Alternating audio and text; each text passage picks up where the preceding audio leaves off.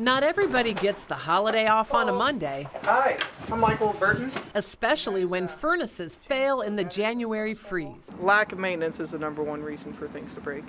I don't always remember. Luckily, at Brandy Thexton's house, there is heat. Just one of those things you hear about, furnaces breaking down, people being without heat, and I'm like, well, I got the day off, let's get it checked out, make sure it's all right. And that's what experts suggest. Schedule a preventative maintenance check once a year.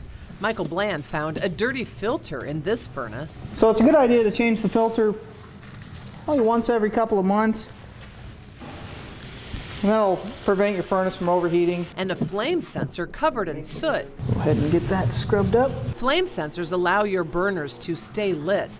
Bland says safety checks and keeping things clean every year Looks pretty good. keeps these visits brief and keeps more money in your wallet. It's not something I want to have to worry about, so another reason I wanted them to come do a maintenance, make sure it's not going to break down and be out all that money replacing it when it does. And experts say while you're at it, now's a good time to test your carbon monoxide detectors to make sure they're working too. In Omaha, Michelle Bandur, KETV Newswatch 7.